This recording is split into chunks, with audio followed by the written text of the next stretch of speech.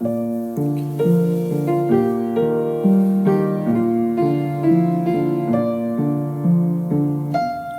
and welcome to Rippercast, your podcast on Jack the Ripper and the Whitechapel murders, as we bring to you recordings from the audio archives, in chronological order, spanning the years 1995 through to 1999, and all focusing on the Maybrick Diary.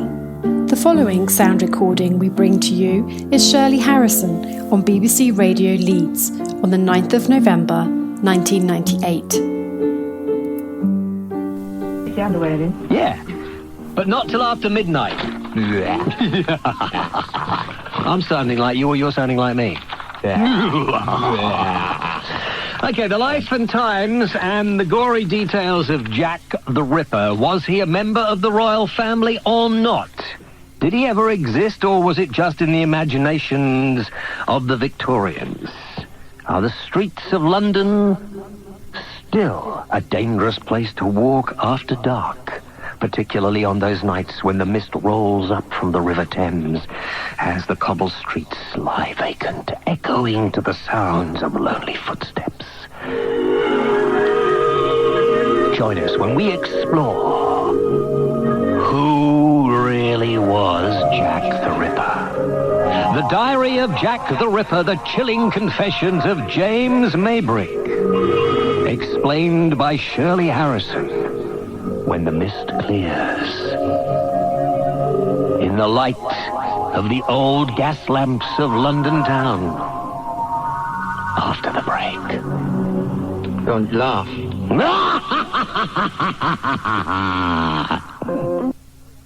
We own them. We own them, yeah. I think we should do that. Right, just remind me where I am next. What am I doing next? Jack the Ripper. Oh, Jack the Ripper, yes, you're right, absolutely right, yes. I'm so pleased, good. Welcome to Shirley Harrison. Shirley, hello. Hello. Shirley, was Jack the Ripper gay? Well, that's a leading question, and in fact you're touching on the next edition of my book. Oh, no.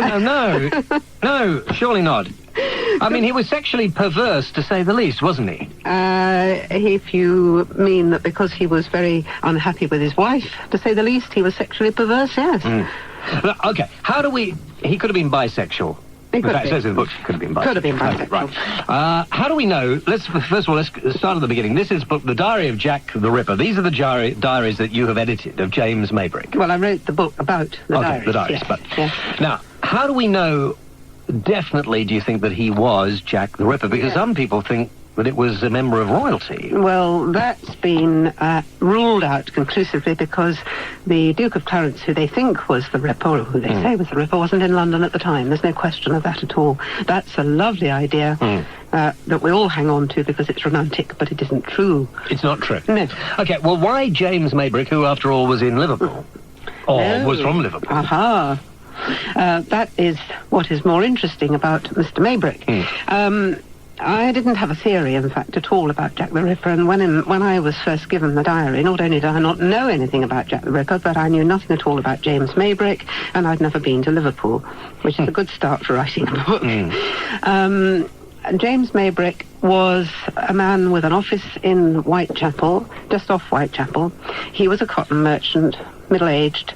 His family came from Whitechapel. He had a mistress. As most people in those days did. That's right, on the fringes of Whitechapel. He knew the area well, and he came to London on business. So he was quite a reasonable sort of a person to... A Victorian gentleman. He was a Victorian gentleman, but he was an arsenic addict. I thought you were going to say something else for a few minutes. No, and the strychnine addict. He was a womanizer. He was a dissolute and... Sounds like an all right guy to me. Yeah. I mean, okay, so he was a womanizer. Yeah. And he did a few recreational drugs on the quiet. Okay, and drank a few. It was a little bit more than that. Was it? Yes. Okay, go on. Well, he was completely obsessed with drugs, and he was getting more and more out of control. What does arsenic do to you? I mean, arsenic is used as a medicine. I mean, some people give them a small amount of arsenic for all sorts of things. It was quite common in Victorian times to take it as an aphrodisiac. Aphrodisiac. So it gets stirrings in the... That's right, and he was obsessed with the fact he was getting older, he was losing his sexual price, and he took it as he said, a pick-me-up. Now, does he admit to being the Ripper in the diaries? the diaries don't mention James Maybrick. This is what's curious about them. They are a confession signed Jack the Ripper. But it's only when you start to look into the historical detail in the diary that you put two and two together and you discover that this was the man called James Maybrick, who, and this is what's so wonderful from my point of view as a writer, died the following year, and after the murders in 1889, and his wife was tried for his murder, and that case was the first case of trying an American in Britain, and was a celebrated miscarriage of justice because she didn't do it. Now, there are photographs in the book, and these are real photographs. I mean, they're very early photographs. I'm looking at one of Petticoat Lane. They only came to light 10 years ago. Yeah, I know well. And Petticoat Lane is where he had a room. Yes, Middlesex Street. The market, and you go down there on a Sunday, and all the markets around that area, yeah. And in fact, if you've ever walked around the East End of London, I lived for many years in the East End of London, I know it very well. I mean, there is this sort of a wonderful eeriness on a dark... It's very much like it. And you know, there are about 300 people every night going on Ripper walks around London. In fact, years ago, I was a guide for one of those walks, but that's a different carnation. Yeah. Incarnation. And the interest in the Ripper is quite astonishing. The amount on the internet at the moment is quite phenomenal. Now, looking at his writing, it looks like a doctor's writing, doesn't it? Well, it does at some places, but if you look at towards the end, it changes and it becomes wild and uncontrolled. I mean, are we sure that this is the same person writing all of this? Oh, yes. Yes, there's no doubt about that. But the problem with the handwriting is that on a superficial look, it does not appear to be the same handwriting as James Maybrick. This is a problem, and this is one of the... I've spent 6 years on this now. This is the third edition. This is much bigger than the others. And I think there are now 3 things left that I feel I haven't answered satisfactorily. Most of the evidence to support James Maybrick is becoming very convincing. Yeah. But there are 3 things that we don't understand yet. And one's the handwriting. Another one is he refers to a pub called the Post House in Liverpool, which was not called the Post House in 1888. And at least we don't think it was. And the other problem is some of the internal evidence relating to the Ripper itself. Okay, let's talk about the Ripper. Now, the diaries in this book describe what the Ripper did. All of that could have been got from newspapers at the time or not. It could have been. You would have had to have read pretty extensively, and there is one item only which could not have done. He refers to an empty tin box, which was found by the side of one of the bodies. That did not come into the public domain until I think it was 1977, 78, something like that. That was not mentioned. It was in a police list of things found by the body, which was never published. Now, how many did he kill? 5 accepted canonical murders, they say. Because the Yorkshire Ripper killed 13. Yes. And it is still Jack the Ripper who has... I mean, I don't like to do it, really. He still has the kudos, doesn't he? He was the first. Yeah. And Jack and the Yorkshire Ripper, who, to a certain extent, copied him in many ways, because James Maybrick, anyway, was... he was absolutely besotted with sort of medical experiments. He was a hypochondriac. He was. Yes. And he couldn't stay away from museums. He went to one in Liverpool. Yes, but that's a piece of information which we've only recently found, that just in the street next door to where young James grew up was the notorious Museum of Anatomy, which was a quite horrendous collection of mummified genitalia and life-sized operations, gynecological operations, just the sort of place that a young man, an impressionable young man, could have learnt all the medicine he needed, all the medical knowledge that he needed to perform the sort of things that happened to those women in Whitechapel. We'll talk about that in a moment, but the interesting thing, though, is that the Yorkshire Ripper also went, this museum moved to Morecambe. Yes. And the Yorkshire Ripper used to pay visits. He was a regular visitor. He was a regular visitor. Now, he couldn't have read these, unless he read your book, maybe, or got hold of them. I wouldn't have thought he could have found this out back in the late 70s, early 80s, I think, when he was doing that. Found what out? The Yorkshire Ripper couldn't have known this about the Maybrick Diaries, could he? No, not at all. So, an interesting thing that he actually seemed to do the same sort of things. And according to Nicholas Campion, who's the chairman of the British Astrological Society, who's done Maybrick's star chart this time for the book, there are really striking parallels in the Peter Sackler story and in the Maybrick story. Did you ever consider trying to get an interview with Peter Sutcliffe? I have. I thought it was probably not in the best of taste, actually. As a journalist, I would love to have a go at it. It appeals to me to try to find out what he would think about this. Certainly something that it's not an impossibility, but it does worry me. Let's go back to Jack the Ripper, the original one, Victorian London, Whitechapel, nowhere near as pleasant a place as it is now. Little alleyways, cobble streets. Oh, very nice. It is very nice. Misty and foggy, and the stench, I would imagine, of those times of the River Thames. And this bloke, who was a businessman and took a bit of arsenic and then decided he had to go and get his jollies by murdering a woman. Now, he always picked prostitutes, so we assume that he went out there trying to pick one up. Well, the diary says, if you take the diary as true, what the diary says is that he saw his wife, this young, pretty American heiress, out on the streets of Liverpool in a street called Whitechapel with a younger man. And he assumed she was having an affair. Indeed, she was. And that was enough to just sort of set the whole thing alight for him, and it became a rage inside him that he couldn't control, and with excessive drugs, because he was taking more and more, it just got out of control. How he killed these 5 women over a period of how long? What, the Ripper? Yeah. 2 months. Yeah. Very short time, 2.5 months. Yeah, the fact that it seemed a lot at the time, it was because it was such a short time. Yes. Yeah. Where the Yorkshire Ripper went on for quite some considerable time. Yes. Now, he didn't just go up and stab them and murder them, did he? What did he do to the bodies? Well, he disemboweled them. He spread their entrails around. It was the last one in particular. The murders got worse and worse. And with the case of Mary Kelly, who, did you realise it's the 110th anniversary tonight? No, I didn't. Of her murder? Really? I didn't know. So it was on this night 110 years ago. Last night, actually. Last night, yes.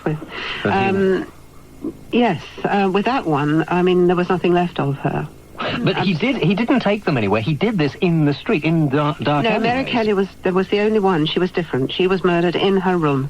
And he was there for quite a long time. So what did he do to her exactly? He took the insides out.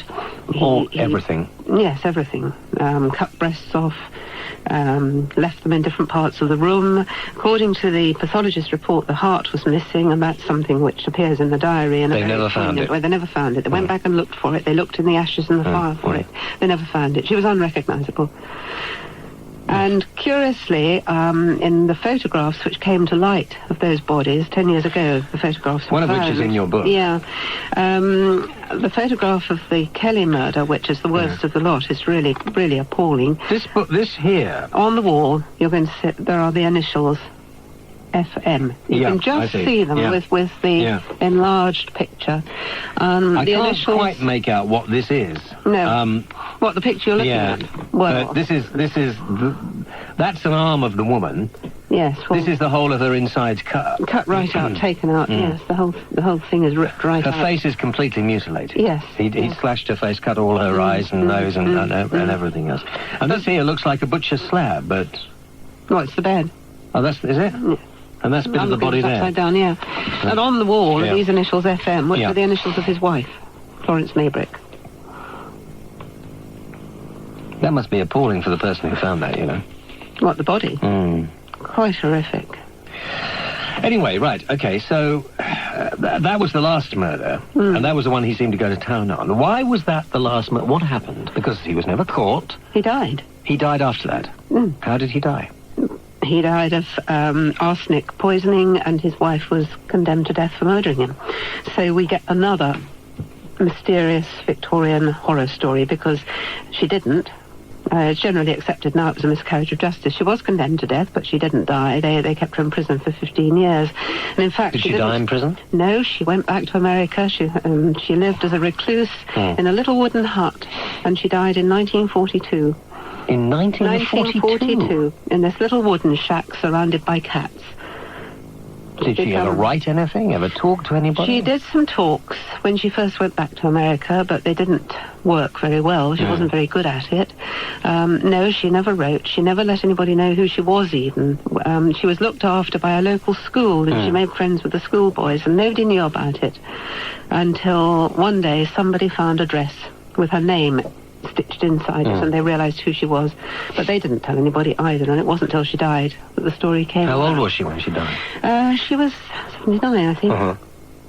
And so she had this an amazing life, if you like, married to this wealthy Victorian gentleman who was a lot older than she was.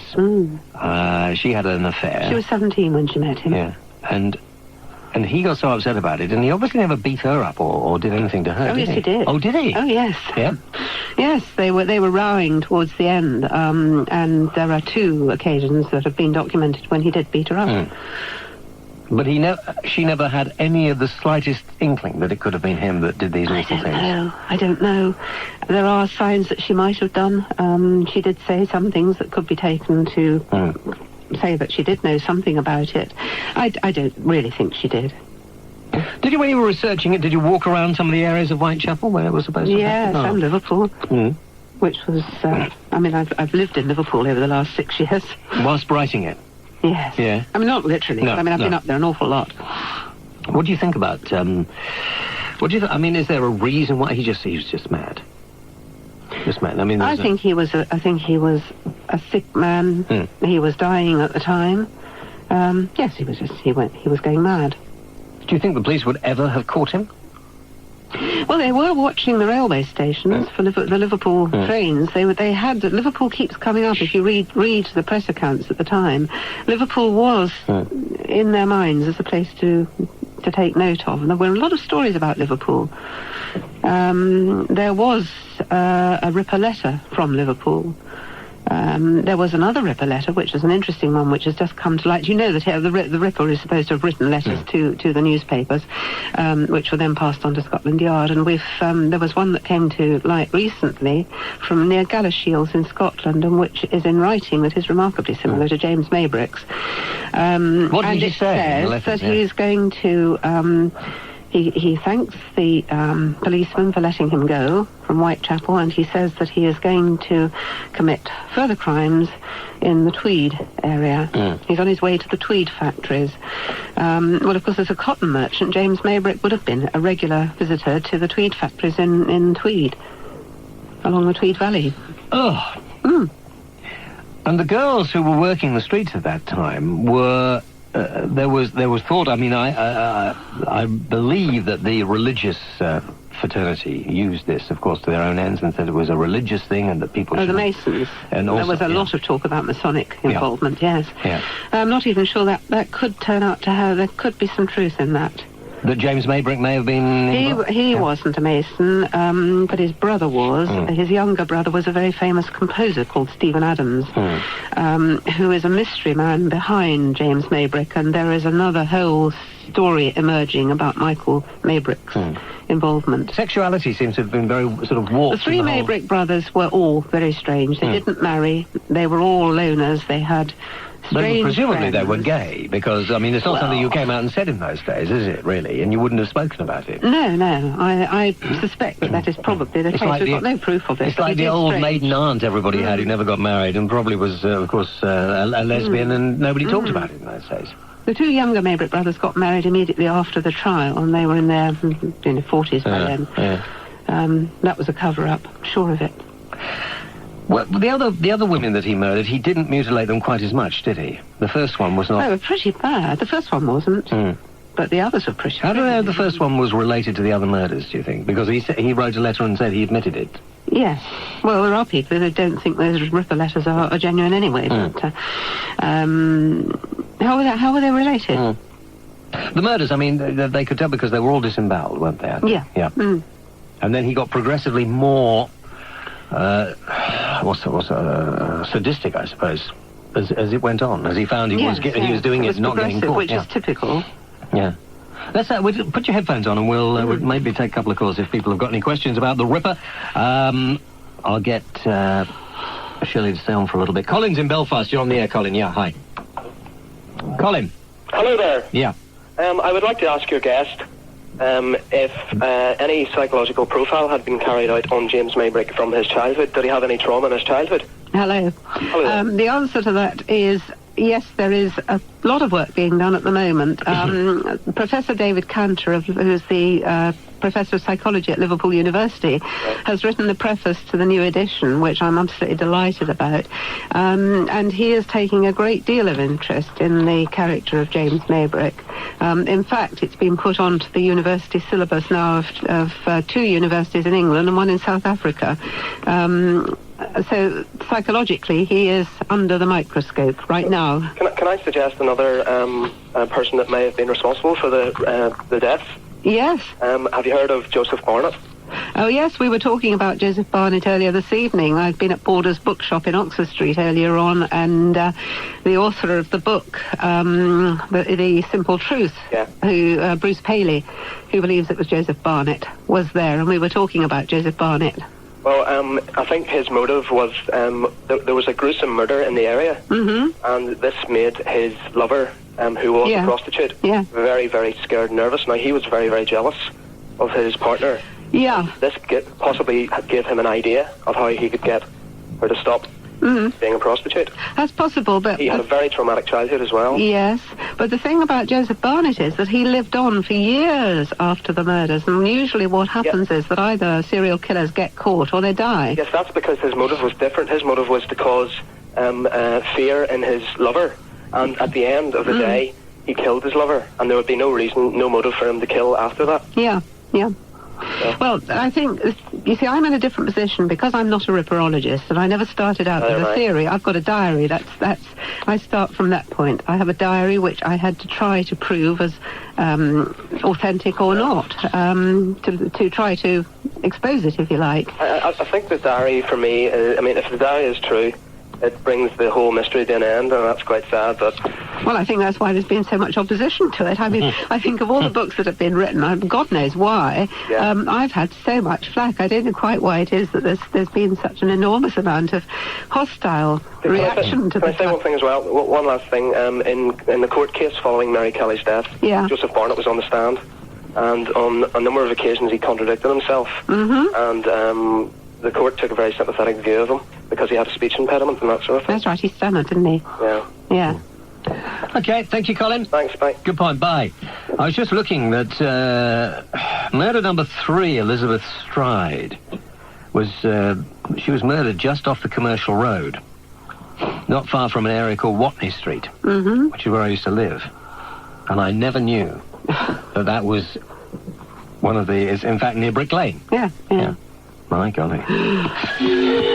Creepy. Very creepy, yeah. And there's, just before we take the break, a little list here. It says August the 31st to November the 9th. So there was 1 murder at the end of August, 3 in September. He had a break in October and then 1 in November. Yeah. But October was free. And Elizabeth Stride, there were no mutilations at all? No. But he disemboweled the first one, and then on the second one, the uterus was missing. So he must have known what he must have known what he was doing. It wasn't just sort of a... No, but this is what I was saying, that if anybody who'd spend any time in that Museum of Anatomy would know where everything was. Oh, dear. Right, we'll take a break back after this.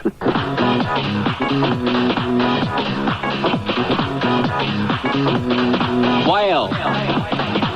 Thank you very much indeed. Welcome back. I'm talking this evening in this part of the show to Shirley Harrison, who has just published her updated edition of the diary of Jack the Ripper, the chilling confessions of James Maybrick. And I feel quite sick now. I wasn't feeling so well before, but now I feel quite sick. You've had a bad evening. I have had a bad evening. Let's take some calls. Colt. Sounds like a car in Swansea. You're on the air and through to Shirley. Hi. Brilliant. Hi there. Just interested... as far as Jack the Ripper's going, whether you think that today within society, with all the television programmes and all that, our kids are being exploited to, where you see all these programmes, and whether or not you think our kids are being shaped to Jack the Ripper figures, as it were, and whether you think that, there's a likelihood that we're going to see another Jack the Ripper from all these awful programmes that we're seeing these days. I think if you looked at the Victorian newspapers, you might be quite surprised. You've ever read any Victorian haven't newspapers? done, no. They were quite revolting. Were they? So explicit and completely shameless. So I do take your point. I mean, I've got they're grown up now, but I've had 4 and I've got grandchildren. And I do get worried about that aspect of it because the television medium obviously is very powerful. Yes, it's potent. It is powerful, it is.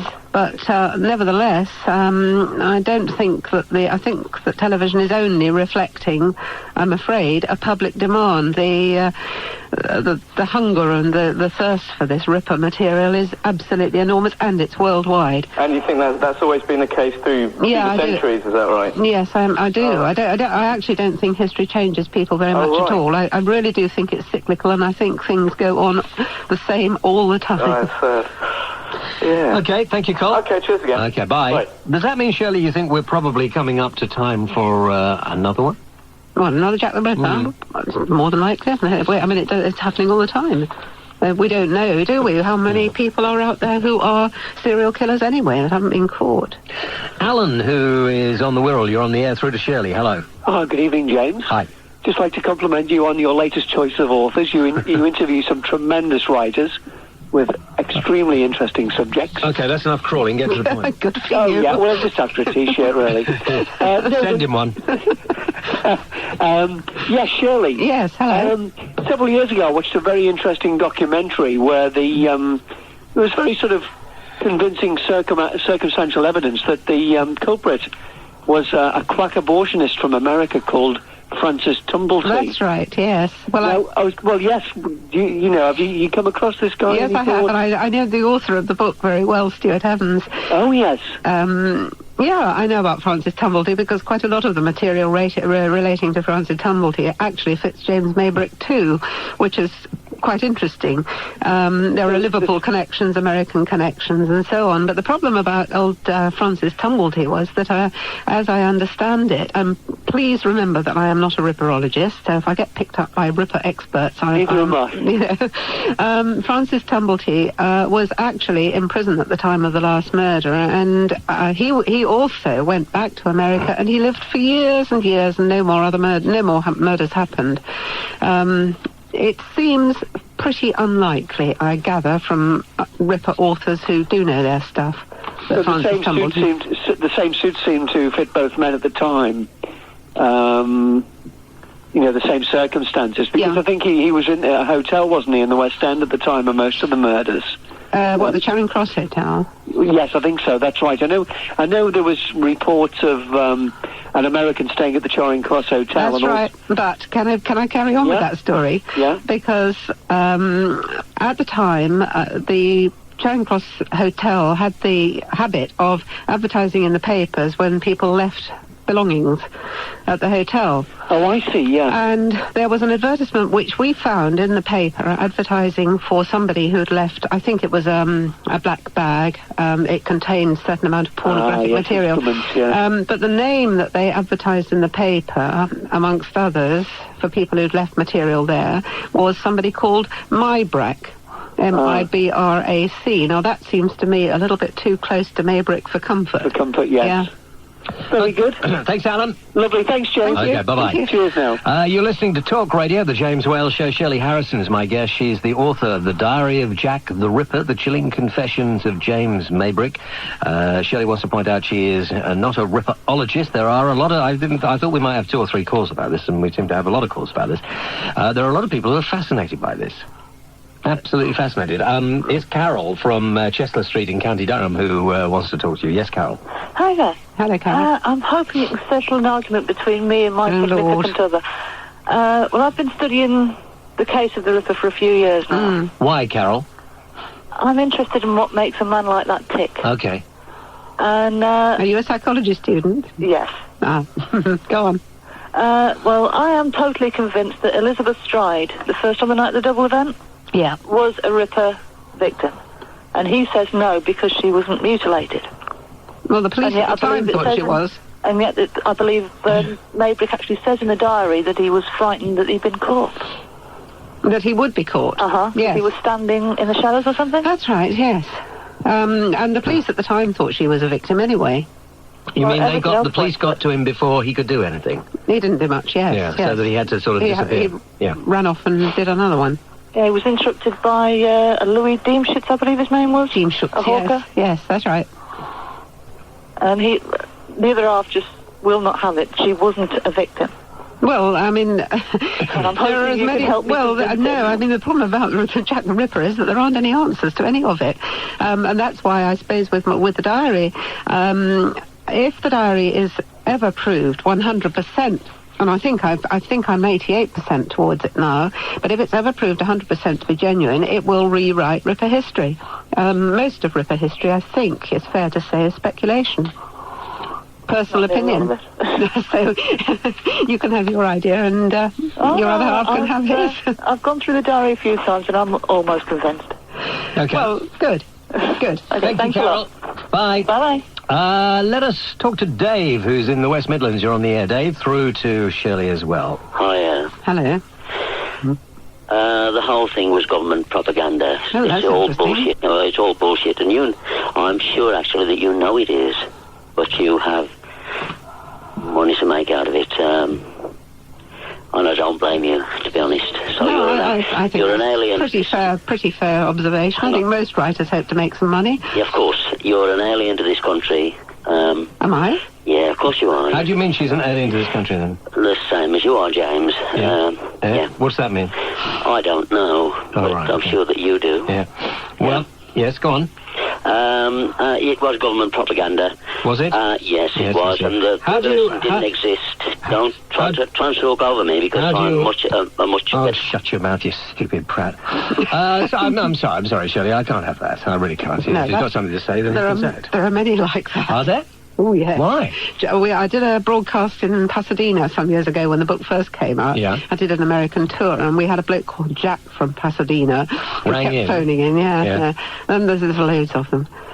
They're a strange bunch. What, have you heard this story then? It's government propaganda? What? I don't know what he's talking about. To keep prostitutes off the street, possibly. Or... Oh, maybe, I suppose. I don't know. Yeah. He didn't actually say what he was talking. What did he mean we're aliens? Oh, I blame it all on care in the community, you see. Because there's not enough places for them all to go. Do you want to stay on just a little more? We've got a couple more calls. Yeah.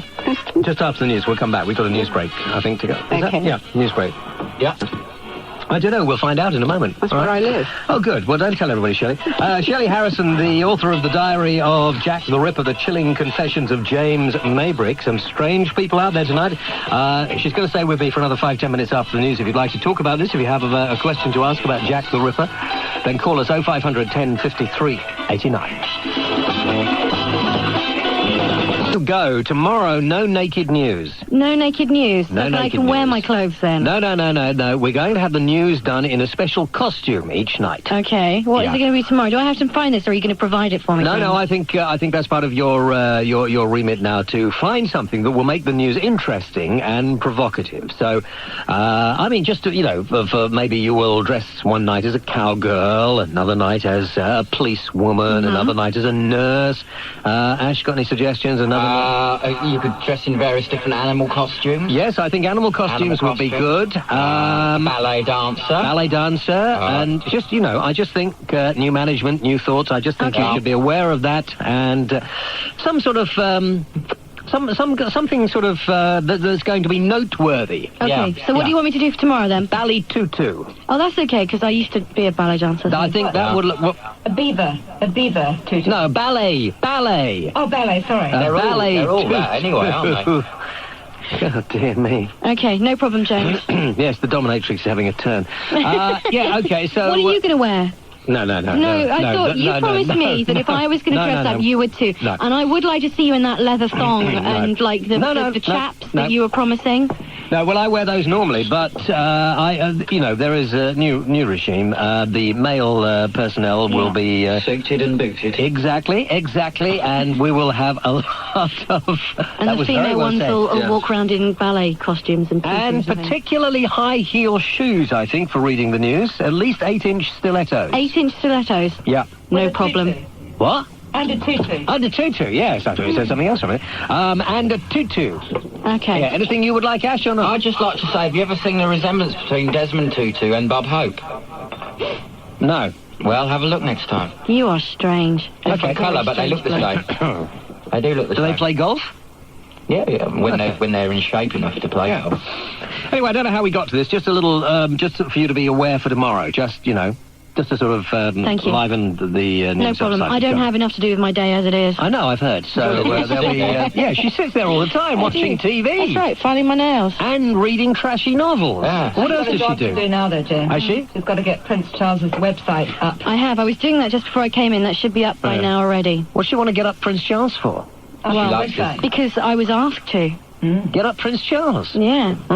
She likes his big flappers. Camilla will not be happy about that. Oh, well. Or Emu. Or Emu? Yes. Who's Emu? Oh, Rod Hull. Oh, yeah, the story about Camilla Parker Bowles secretly being Rod Hull. Yeah. In drag, yeah. Yeah, well, we think that's probably right. Okay, so we'll talk about that later. Thank you. With me is Shirley Harrison, the Diary of the Jack the Ripper authoress. And we're taking some calls on this. A lot of people are interested. Rick is in Huntingdon. You're on the air, Rick. Hi. Hello, James. I wonder what you guys thought of the writings of Martin Fido, along with the FBI and Scotland Yard in the early 90s, about the likely suspect being David Kaminsky. Who was...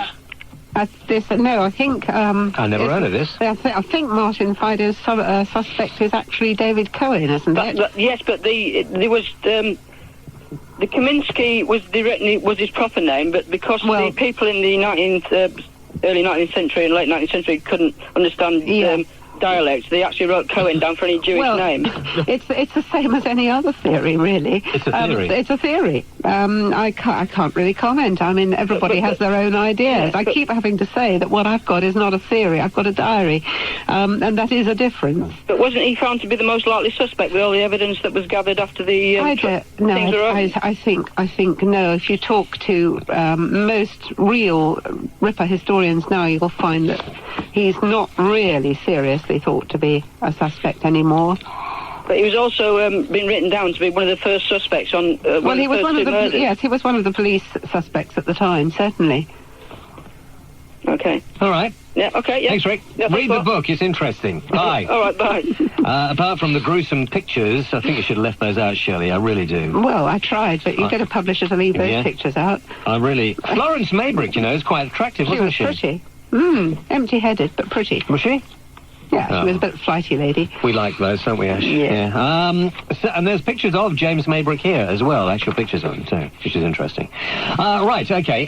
Travis in Glasgow, you're on the air. Travis. Tavis. Tavis. Yeah. Hello, Jamesy boy. Yeah. Okay, question for Shirley. Yeah. Yes, hello. Hello, Shirley. I'm wondering if you have ever been worried about... this is quite a deep question here, yeah? I'm wondering if you've ever been worried about... taking on the characteristics of Jack the Ripper himself. Me personally? Well, I've got a problem, actually, because... No, I'm serious. Psychiatrists, for example, they've been known, or anyone transfixed... anybody studying any character in detail can gradually take on the role of the person in study, Yes, I think actually, all right, I won't laugh. I was laughing because I am one of the very few women who's written on this subject, and I think probably I'm very different in all sorts of ways from most of the other people who are professionally involved with the Ripper. But you're right, and I have to say, when I first met the man who originally owned the diary, he was a Liverpudlian called Michael Barrett, who brought it down to us in 1993. He was obsessed with it already. It had certainly taken over his life, and there were signs of things happening to him that were uncannily, you began to wonder what was going on. As a journalist, Shirley, had you ever been tempted to try a little bit of arsenic just to see what sort of effect it had or anything like that? That's what people do, don't they? Yeah, I know. You're speaking to the right person. No, I haven't actually. I ought to, I suppose, all time. No, I don't think you should now. No, I wouldn't. It's a bit late now. Yeah.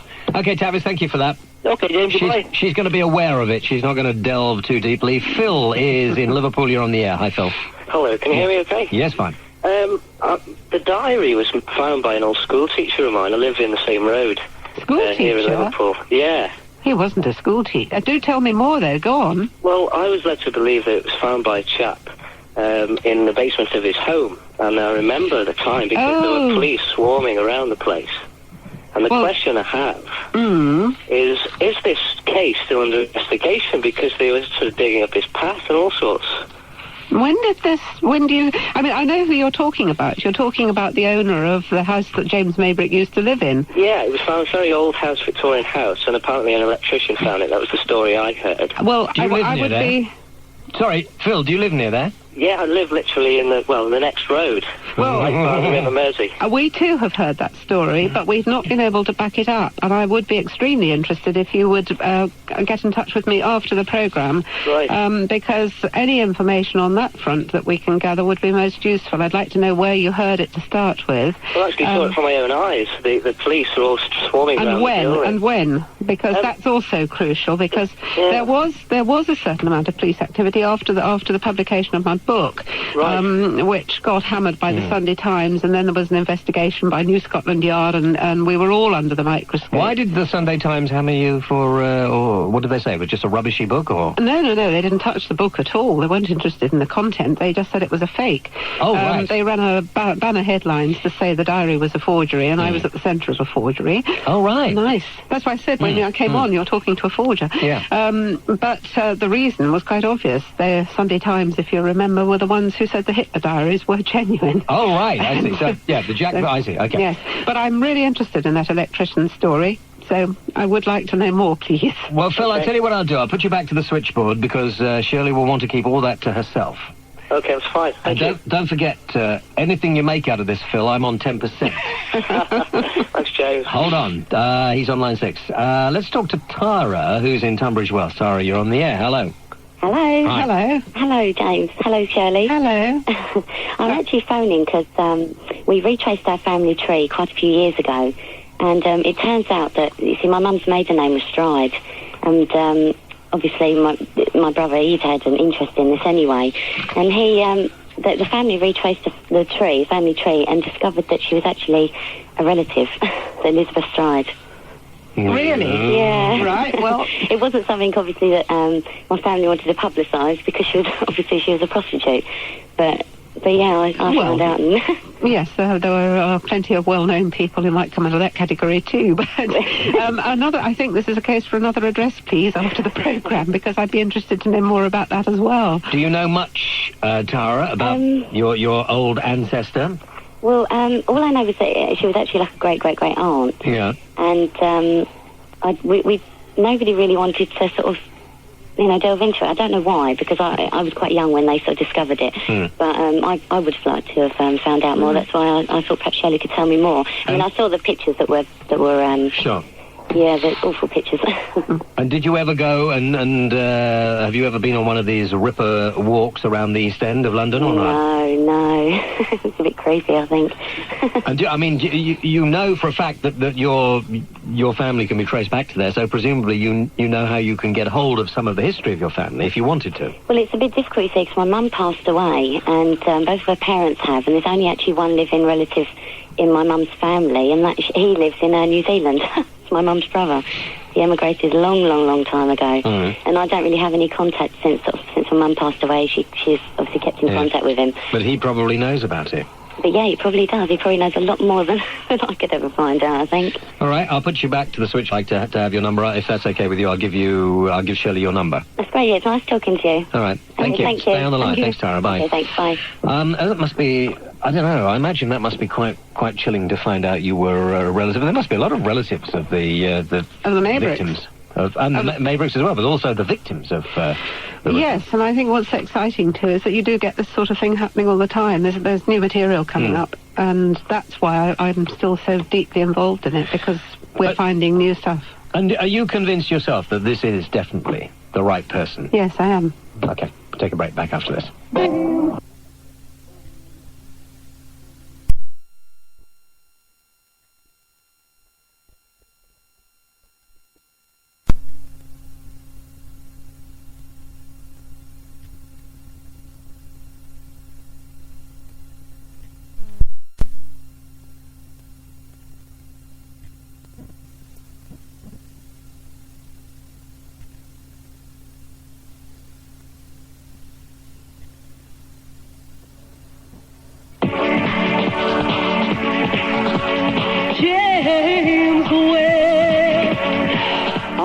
pour myself a gin and bitter lemon. James Will. Okay, welcome back. I'm talking again just for a few more calls here with Shirley Harrison. Shirley, you said that.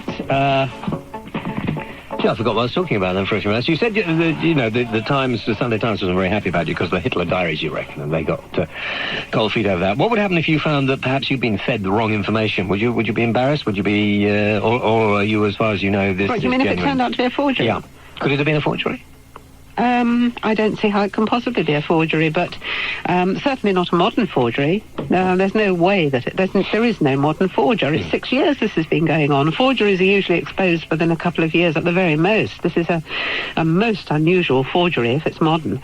Why did it take so long to come to light? Why did these diaries stay hidden for so long? It depends if the story that I now believe is true. They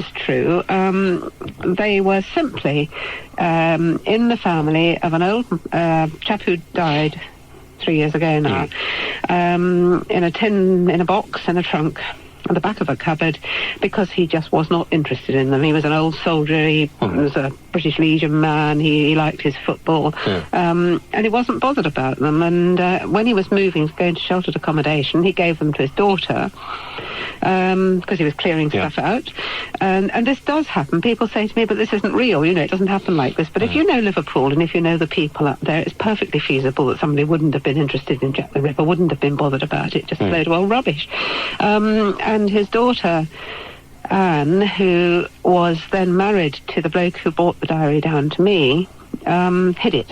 She didn't tell him that she got it. She hid it behind a wardrobe.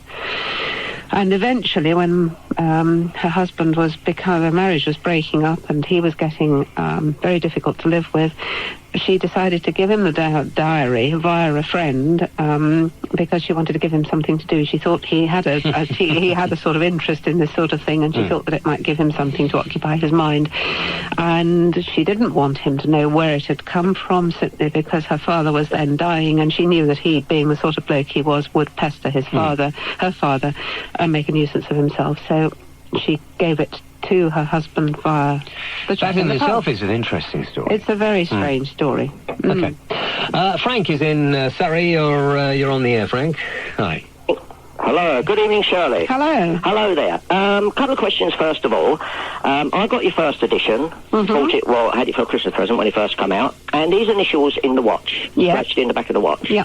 Now, as far as I can remember, in the first edition it just mentions 5 sets. But now I understand that it's been noticed 7 sets of initials. Is that correct? No, there are 5 sets of initials, which are the initials of the murdered women. That's correct. There are other initials, but they're not initials of people. They are makers' initials, marks, those sort of things. Oh, I see. Because when I saw the programme on the television of the ripperologists around the table talking about this, I thought they said it was perhaps two sets of initials of unknown murders. No. In Manchester. Okay, that wipes that one out. Florence Maybrick, did she spend some time in Woking prison? Yes. She did, right. Yes. That's answered that one. Well done. Why, were you in Woking prison, Frank? No, James. Can I do a little plug here? Yeah, it's not a commercial company. I'm the membership secretary of the Brookwood Cemetery Society. Cemetery Society? Yes. Yeah. You might know Brookwood Cemetery. One thing leads to another. My interest is in the history of the disposal of the dead, funerals, undertaking, etc., etc.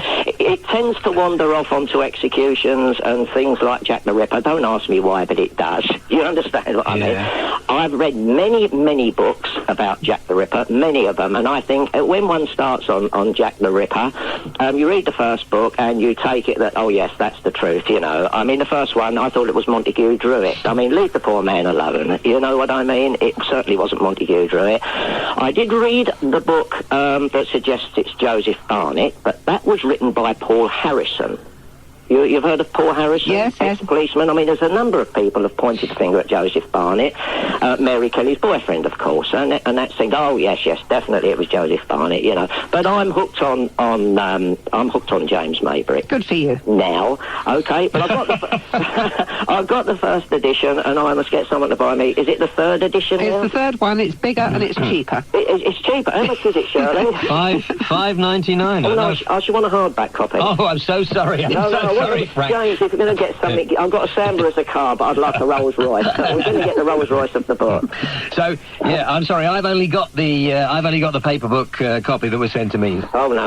Yeah. I'm sorry, Frank. Got to have the hardback, mate. No, so, Frank, do you listen? Tell me, do you spend your life hanging around the cemetery? Then is that what you do? You sort of. I spend a lot of time in Brookwood Cemetery, but a hell of a lot of my time is researching. We'll look at graves, or we'll get tips that certain people are buried in Brookwood Cemetery, notable people, and... But it's not, I mean, you can't, how long does it take you to see every grave in a cemetery, for goodness sake? James, it's the largest cemetery in Western Europe. It's not, is it? Yes, it was the largest... It was the largest in the world when it opened. Where is it? It's near Woking in Surrey. Oh, I was born not far from there, never even heard of it. Oh, man, it's 450 acres. You should have... 450 acres. You'll lose your London ones in it. I mean, lose 10 London ones in it. How many graves are there? Well, there's 240,000 individual graves, but there's many reinterments from London churches, and one particular grave contains the remains of 4,000. 4,000 in one grave? In one grave. That was the bones removed from a London church, whose name escapes me at the moment. We should do our show from there one night. That'd be good, in the middle of the cemetery. James, you ought to. I mean, we have a membership, and...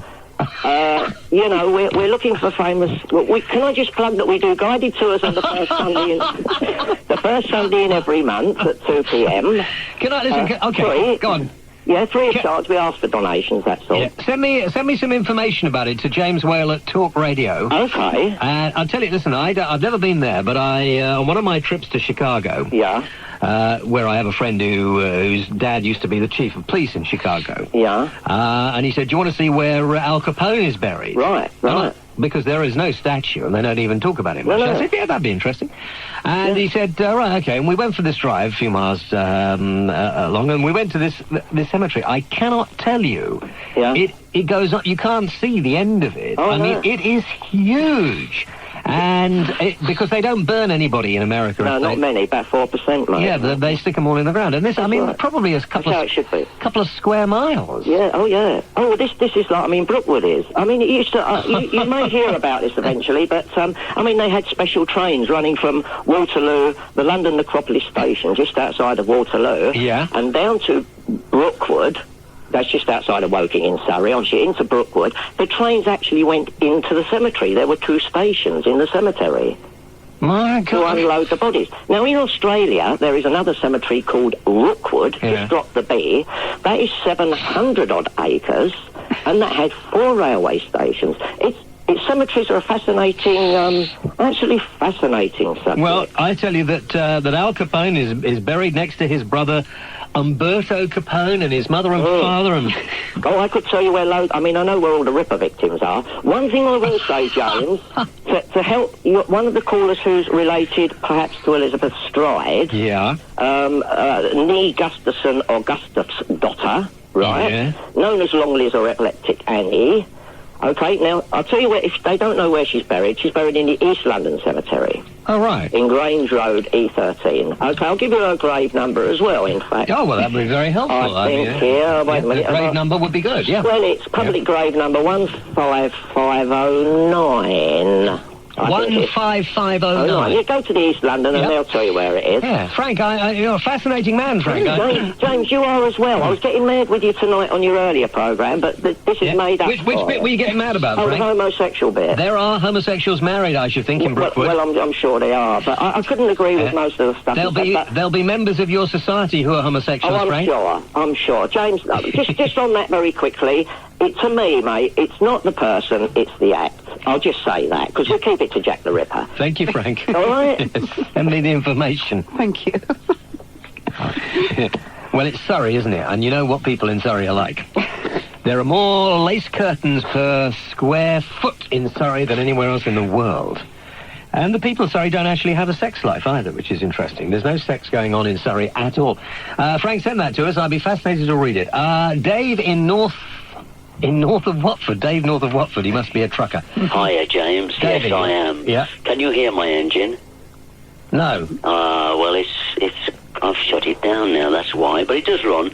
I did actually know a descendant of John the Ripper. Or even Jack? No, it was a John, and people don't know that. I see. I went to school with this person, and no one's mentioned Grace. Grace who? Grace, Grace the sister of the Ripper. Grace is the sister of the Ripper. And the first victim. Yeah. And no one knows this, but I know it because I spoke to a descendant of his. Mm. And the lady there doesn't know about this, and she should. Yeah. She should. Why should she? Because she's an authority. She's a journalist who came into contact with it. Grace, there is no Grace mentioned as... That's the problem. Oh, I see. That's the problem, James.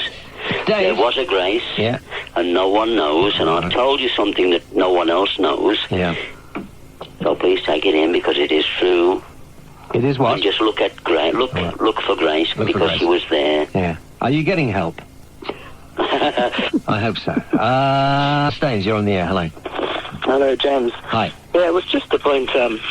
You're not a friend of Dave's, are you? I've got a similar story, but it's nothing to do with Dave, I'll show you. Good, okay.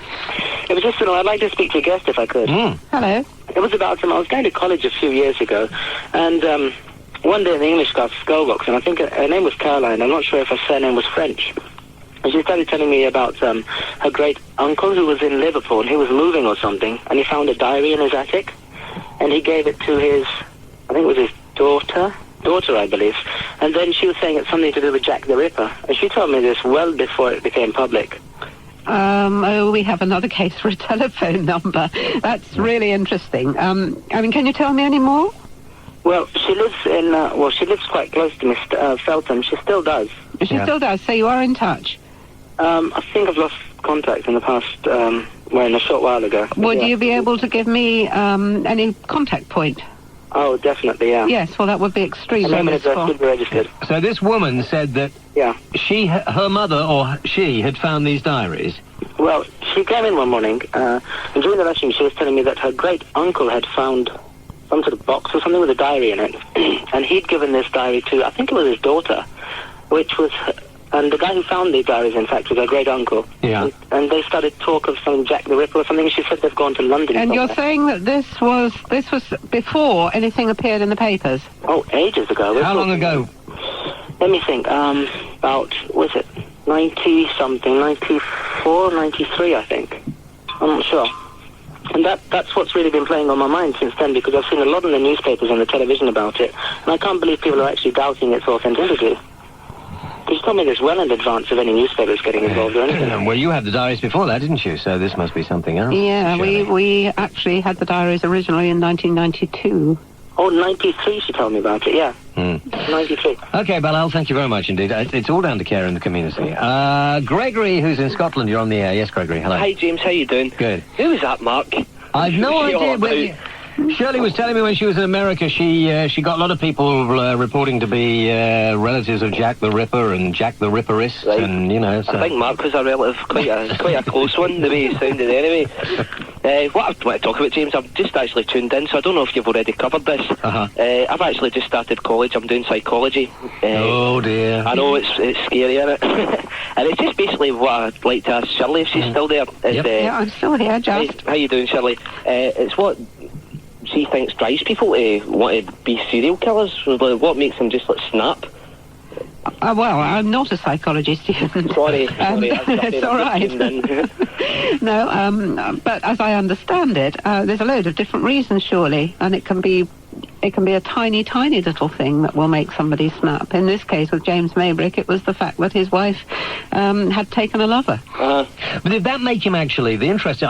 Gregory won't have heard this, but I mean, he spent a lot of time in this rather gruesome museum of medical anatomy and bits of old bodies that had been operated on in glass jars and things.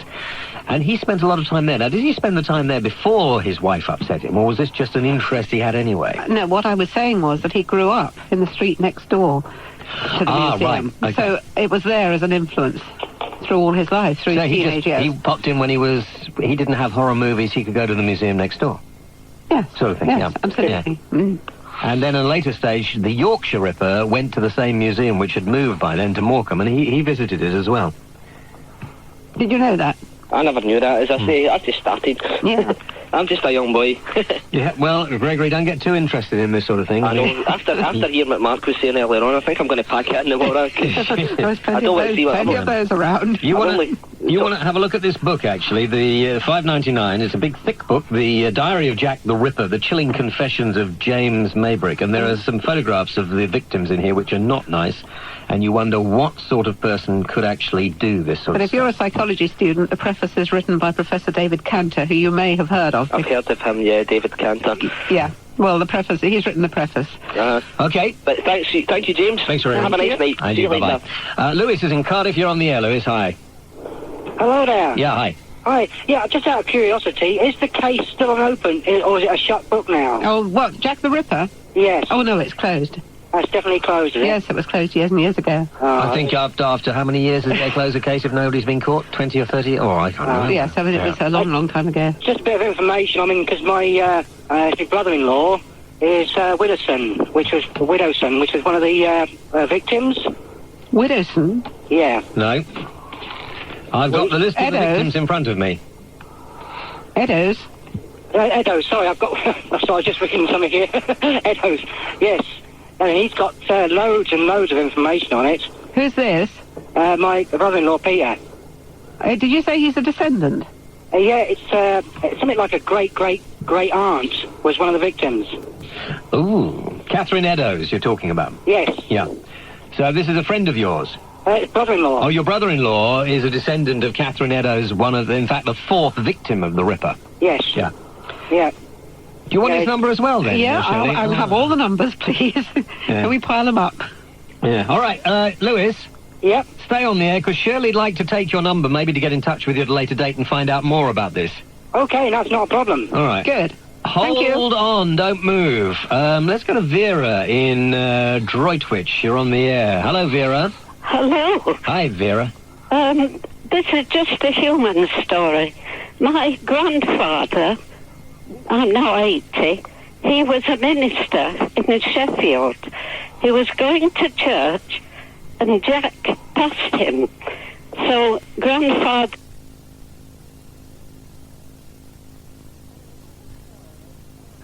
And another story... Hang on, Vera, hang on. How does he know that this was Jack the Ripper? Well, because we were born in Sheffield, and he knew him. Well, another story is... Hang on, Vera. But nobody tonight has mentioned Sheffield. There's a Sheffield Jack the Ripper, the Yorkshire Ripper. Oh, no, that's the Yorkshire Ripper, Vera. We're talking about the original... Well, I thought you were talking about both. Well, we are talking about both, yes. Yeah. But in particular, Jack the Ripper. Right, okay, so I see. Yeah, so you're talking about Peter Sutcliffe. Yes. Yeah. So you're... The other one, other story. But your great-grandfather couldn't have known Peter Sutcliffe because... My grandfather, my father's father. Yeah. The minister. Knew Peter Sutcliffe? Yes. Because well, he must have, because for some reason, at home we had Jack the Ripper's cradle. As children, we were all rocked in Jack the Ripper's cradle. Okay, Vera, thank you very much indeed for that. And she doesn't want her number. No, probably not, Vera. Thank you so much for calling us. Thank you. We've got a very powerful transmitter in Droitwich. Yes, maybe it's affecting Lloyd on 1053. Yeah. It's a great place, Droitwich. No, it's nice nice down there. Yeah. I don't know about the Ashley murder. Well, we'll find out a little bit about it, shall we, just before we go any further. Stephen in Gatwick, you're on the air. Hello. Hello. Hi. I just wanted to ask the lady you've got there if she knew anything about the Hague, the Ashley Bath murder at all. Well, I've heard about it, obviously, but I don't... I'm not a crime writer, and I don't know anything in detail, no. Oh, right. It's just that my granddad's best friend, daughter was murdered by him. Uh-huh.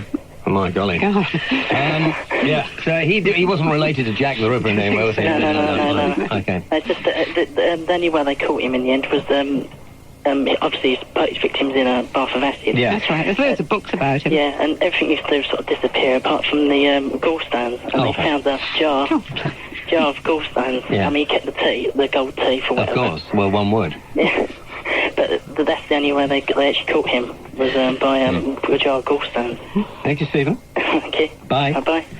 I mean, because nobody definitely knows, although it's pretty well thought that James Maybrick was the person by scholars. Is that right? Or still some scholars don't even agree with that? No, they all disagree. There are some scholars who do. Yeah. But there is disagreement in the ranks. That's what keeps it alive. How many people reckon that they are in some way related to somebody, maybe? On which side? On the Maybrick side or on the Ripper side? No, on There's a lot of descendants around. Yeah. And it's exciting that, I mean, as with tonight, there are people coming out of the woodwork all the time. Well, I think it's a bit worrying. Anyway, Mark in Surrey, you're on the air. Hello, Mark. Hello, James. Hello, Shelley. Hello. There was a couple of points. I take it the film that Michael Winner done was based on the book? Yes, well, it was based on the hardback edition. It was done rather a long time ago, yeah. Right. I hope you got a lot of money out of that, Shelley. What, out of the documentary? Yeah. That's the sole point. Oh, right. Okay, Shelley. There was a couple of points. I'll look after your affairs in future, Shelley. I wish you would. Go on. I need help. Very good documentary, but it brought up a couple of points which seemed a little bit as if you were trying to stretch to get the truth to me. One of them was his first name and his surname spelling out Jack. Does that still hold in your book? That is, I think, in the hardback, isn't it? I don't think it's in the... It might be in the paperback, I don't know. That's a bit of speculation. That's the first two letters and the last two letters of the name spell out Jack, yeah. So that's not something you personally hold by? It doesn't... it doesn't get me very excited, that doesn't, no. And the other one about the graffiti in Mitre Square just being a clever spelling mistake? The graffiti, I don't know about the graffiti. What's that about? Oh, well, there was graffiti written on the wall at the time, which said the Jews are the men who will not be blamed for nothing, which the police had wiped off. To be honest, I don't really think, because it was wiped off, anybody really knows the truth about the graffiti either. Was it written in blood? No, it wasn't. It was scratched in chalk, I think. But the diary specifically mentions that graffiti? Yes, it does. He says next time I'll take the chalk. Yes, it does mention that. And does it go in, because I haven't read the book, I've only seen it from the degree of the programme. Yeah. And does it go into, on the programme it was saying that it was just a clever spelling mistake to throw the police off the scent? So is that something... Or is that what it said? That's what it said in the programme. Do you know, I don't remember that. It's a long time since I've seen it. I don't remember that at all. No, I think that it would have been very easy for I think if you're talking about one graffiti, you talk about a graffiter if you're being pedantic. But I think it would have been very easy for it to have been done by the Ripper. I think it's just as likely that it might not have been, but if the diary is correct, then James Maybrick did it when he was going back to Middlesex Street, where he'd taken a room. And the diary says that he took a room in Middlesex Street, Petticoat Lane. So you believe in the diary, but you're not 100% sure of everything in the content of the diary? No, there are some things that need further investigation. I do believe in the diary, yes, I do, because I think there's far too much evidence now that's built up behind it to shake it. But you haven't been able to investigate everything the diary said yet? No, I haven't. How long is the diary then? How many? It's 60-odd pages. Is it easy to read, or do you have to really concentrate how somebody... The handwriting's a bit dodgy in places. Some of it's easy enough, but there's a transcript in the back to make it simple. Okay. Mark, thank you for your call. We'll take a break back after this. Start your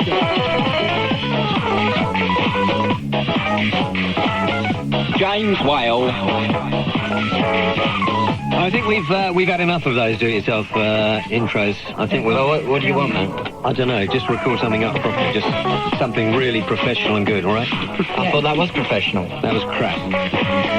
Right, welcome back. This is Talk Radio, the James Whale Show, and Shirley Harrison's my guest. Shirley has written the latest instalment of her long-running, this is the third in the trilogy of the Jack the Ripper Diaries, Confessions of James Maybrick.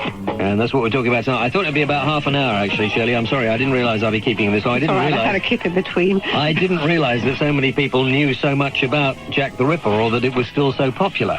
I'm amazed. Christopher in South Wales, you're on the air. Hello. Christopher! Okay, you're on the air now. Okay, go. Hello. Hi. I'm here now. I thought of a possible connection between the two Rippers. Well, it sort of involves 2 points. I don't know if anyone's ever heard of the Demon Barber. The Demon Barber of Seville, or Sweeney Todd of... Sweeney Todd. Yeah, I think everybody has, but go on. Well, there's been similar cases of that as well. Yes. Nobody's disputing the fact, but we're talking about this one. Yeah. Well, even though people are prone to certain people with obviously mental disabilities are prone we like to call it psychologically disturbed, are prone to copying things they see. Well, I was thinking perhaps it was just word of mouth of what had happened that connects both Rippers. Yeah, you got one Ripper, word of mouth gets round, and someone thinks, hey, that's a good idea. Why don't I do it? So you think all these individual murders may have been caused by somebody else just copying the last one? Could be, yeah. That's what I think. Shirley? Could be. I think it's unlikely. Yeah. Not at this distance. You know, how much of what happened was actually talked about in the press of those days? Well, everything. What I was saying, yes, absolutely everything. Yeah. So somebody could have copied it all.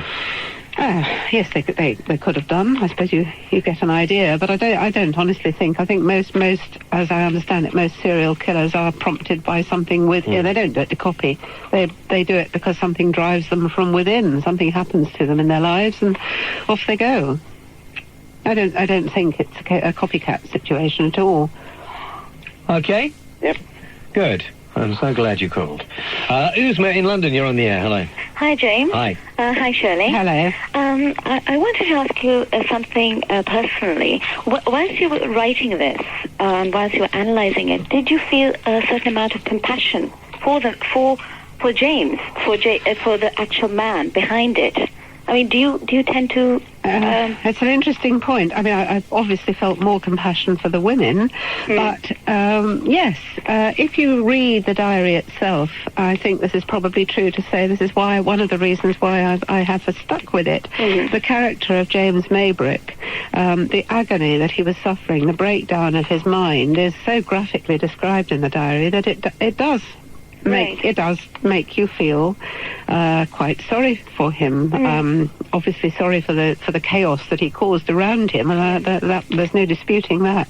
But he was a tormented soul, and this diary is a very vivid portrayal of the breakdown of a tormented mind. So yes. Right. The reason I asked that was because recently I read Gordon Burns' book about Fred West, Happy Like Murderers. Oh, yeah. And I had very preconceived ideas about it. But when I read it, the way he analysed Fred West and Mary West's life, it really got you thinking. By the time you put that book down, it was a very not compassionate, but a real account of people who, if one is put into that situation, you really... I mean, I'm not saying that what they did is right, but you really do feel you understand why they did it. And maybe I haven't read your book, which I'm going to go and buy, and I want to read it. So I just wanted to know, being a woman, what angle you had given it personally of yourself in that. Yes, well, you're right. As I said, I think that the diary itself is an extraordinarily gripping and compelling piece of writing. Right. Well, thank you very much. Thank you for your call. Okay, bye-bye. Bye-bye. Ken in Hereford, you're on the air. Hello, Ken. Hello, James. Hi. Hello, Shirley. Hello. I just phoned up to say that I've got your book. I've also got a book by Paul Feldman, who actually mentions you a lot of times, and he's of the same opinion that it was James Maybrick. I recently bought a book by a lady called Pamela Ball. Yes, I know Pam. Who's done a psychic investigation. I just wondered, have you spoken to her, and do you have you evidence of what she's come up with? Yes, I do know Pam, and she's a lovely lady. She's a psychic. She's a psychic. Yeah, okay. She is, yes. She too, I think, she's written a book on the Ripper story from a psychic point of view. That's right. So I've got that in front of me. Yes. Yes, she's done she swung the pendulum over the diary. I haven't actually read the book, I have to admit. She has her own agenda on this. I'm a little bit wary about psychic research, I have to say. A lot of people do believe in it. It's a little bit like astrology, which a lot of people are sceptical about, and this time I have in fact included in my book James Maybrick's astrological charts, somewhat against the publisher's wishes, because they thought, people think you're cranky if you believe in things like that. So they might be right. But I think there are a lot of people who do believe in psychic research. Certainly Pam's views on it are interesting. I'm guarded. Yeah, well, I have read through it, and she's open-minded. She hasn't categorically said, yes, it was James, but she said she couldn't rule him out. And I suppose the spookiest bit about it, I mean, as you say, if you do believe, whatever, is that she said when she tried to actually get in touch with him and other suspects and other victims, she felt that he was toying with her. And I felt that came out very well from the way he was toying with the police. I have to tell you, there is one thing that happened when we were all together at a meeting some little while ago. I have a colleague and researcher, also a writer called Keith Skinner, who has a tape recorder which has never, ever, ever broken down. And when Pam Ball was there doing psychic work over the diary, for the first time, that tape recorder stopped. Really? Yes, so you can make what you like of that, but it was very weird. And did she, did she reckon she did get through to James Maybrick? Yes. And do you believe it? She was, I'm open-minded. You don't believe it at all. Nicely put. Well, what she did say, which I found... do you believe this, Ken? I mean, this is I don't know. I'm open-minded. I don't sort of close my mind to anything, really. But one of the things she did say, and it's all to do with the arsenic incident, apparently he was known, I suppose in retrospect, to have taken great deals of arsenic. And on, if you like, on the medium, one of the sessions, she said that she felt that her ears were playing her up, that she was going deaf. And she sort of asked the question, does arsenic give you these symptoms? And the reply was, I don't know, I've never taken it, in a sort of laughing sort of joking sort of voice. And she said that was a bit sort of strange, that she felt she was being toyed with. I don't know if I believe it or not, but it's just one of the things that was completely, I suppose, in character with how the diary described him as toying with the police. Okay, Ken, thank you for your call. Final few minutes of the programme, which have been fascinating. As I said, I didn't know there were so many people interested in Jack the Ripper, Shirley. You must have sold millions of books. That's what the publishers tell me. The book's Confessions of James Maybrick, he is, if you've been with us for the whole of the last hour or so, will know is, or was, a Victorian businessman who came from Liverpool, came down to the East End of London, and because of his addiction to arsenic and the fact that his wife was having it off with somebody else, went a bit loopy and started murdering women. And he murdered 5 within the space of 2 months. About 2 months. In sort of end of August through to November. In fact, 110 years ago to this very day, the last one died. Yesterday. Okay. And we've been talking about that, and Shirley has brought out her latest edition of the diaries of this man and the thoughts surrounding them. Before we come back and take a final few calls, let me remind you, if you want to keep on talking about this, our chat line is open on 0930 10 53 89 if you don't want to come on the air. 0930 10 53 89 at 50p a minute. Have we got HRH's website? I have. I've got it right here. Can we have a look before we go to the break? There's nothing about Camilla on it, though. Is there any smutty photographs of... Join the Prince's online forum. The Prince of Wales website enables you to offer your views on... Why don't we fax him back and say, James Wales says, would you like to come on the show, Princey Babe, and have a chat with us? Just imagine if you could talk to all these people. On the internet. The letterhead as well. We could pretend we're from there. Yeah. Is there any cool pictures? Right, let's have a look. There's still got his pictures. Let's have a look. Yeah, I'll just bring it in, Joe. All right, I wouldn't mind having a look, it might be. Are you on the internet, Cheryl? No, I'm not. Oh, you've got to get on the internet. I know, it's all right for the Prince, I know. it's okay for all of us. I mean, is it as good as mine? That's what I want to say. Yes, for that. It's not as good as mine, no. Actually, it's not. It's quite boring, in fact. That's all about his work. Yeah, all about his good work. Yeah.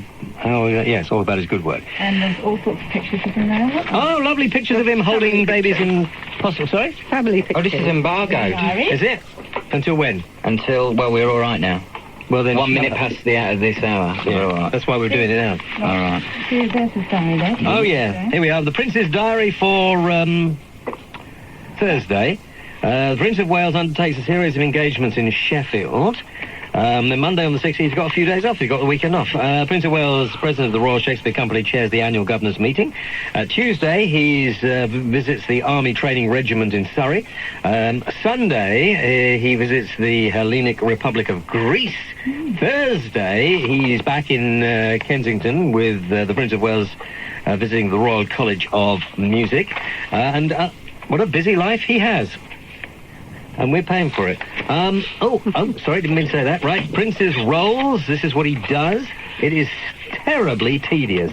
I can't believe it. They could have done so many things with this. Picture going. The latest picture of the Prince of Wales, click on the picture to see an enlargement. Oh, very nice. Fantastic. Yeah, marvellous. And this is an enlargement of him smiling and looking the same in every picture.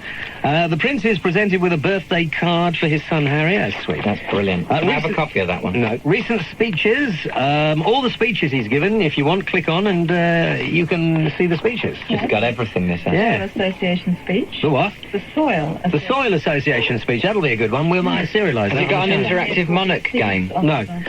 An article by the Prince of Wales on seeds of disaster. Nobody can say he's not prolific, can they? Monstrous carbuncle. The Prince is also permanent patron of president of more than 270 organisations. And is temporary patron of or president of more than 100 more. One likes to be president with one's big ears. Yes, good. He related to Jack the Ripper. That's treason, Shirley, I think. I think we'll arrest her. I think we might have to. Let's take a break. Okay, final couple of calls. John in Scotland, in Motherwell, to be precise. You're on the air. Hi, John. Hello there. Yeah. Where it is, I'm just wanting to know about Jack the Ripper. Did he actually sleep with the people that he killed? No. He didn't? No.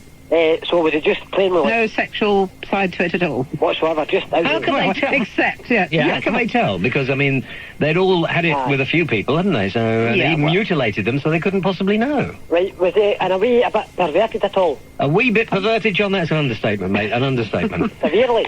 Well, read the book and find out. You'll be amazed. I mean, they surely couldn't have known whether he'd had any sort of sexual contact with them. Well, they said that there had been no interference of that sort, but I don't know how they knew half what they said at the time. I mean, there was so little knowledge of forensic examination, no fingerprinting. Okay. Last call. Jeannie in London. Hi. I would say that probably because of the time element, he didn't have sexual dealings with the women. Yeah. You know? Now, I've read the book. I think it's excellent. I do think Maybrick was definitely the Ripper. I just wondered about the wife, because she went to prison. Yeah. Didn't she? And then, because I've seen in other books, that she is down as a murderer. And the children, what happened to the children, do you know? Oh, yes. We've traced the children. We know everything that happened. The boy, James, this is bizarre. He eventually, both the children were adopted in London by Michael Maybrick's doctor, which was very weird. They then went to live on the Isle of Wight with Michael Maybrick and then James went off to British Columbia to become, he worked in a mine. I've got about 3 seconds. Died of strychnine poisoning, which he's supposed to have taken. Gladys lived until the 1950s. Jeannie, thank you very much indeed. Shirley, it's been fascinating, and thank you for staying right till the end. The Diary of Jack the Ripper, which is published by Blake, is in the shops now, and it's chilling. I'll be back tonight at 9. I hope you can join me then. Former RAF navigator John Nichol, my mate, will be here talking about his book as well. From the National News Centre. Do you mind not talking when I'm talking? Some kind of a Kirsty Young, for goodness sake. And that was Shirley Harrison on BBC Radio Leeds on the 9th of November 1998. We are a podcast sponsored and hosted by casebook.org, where you'll find over 160 roundtable discussions, author interviews, conference presentations, Whitechapel Society meetings, and archive tapes all about Jack the Ripper, East End history, and Victorian true crime. If you have any questions or comments about any of our releases, feel free to contact us on the Casebook message boards or find us on Twitter and Facebook by searching for Rippercast.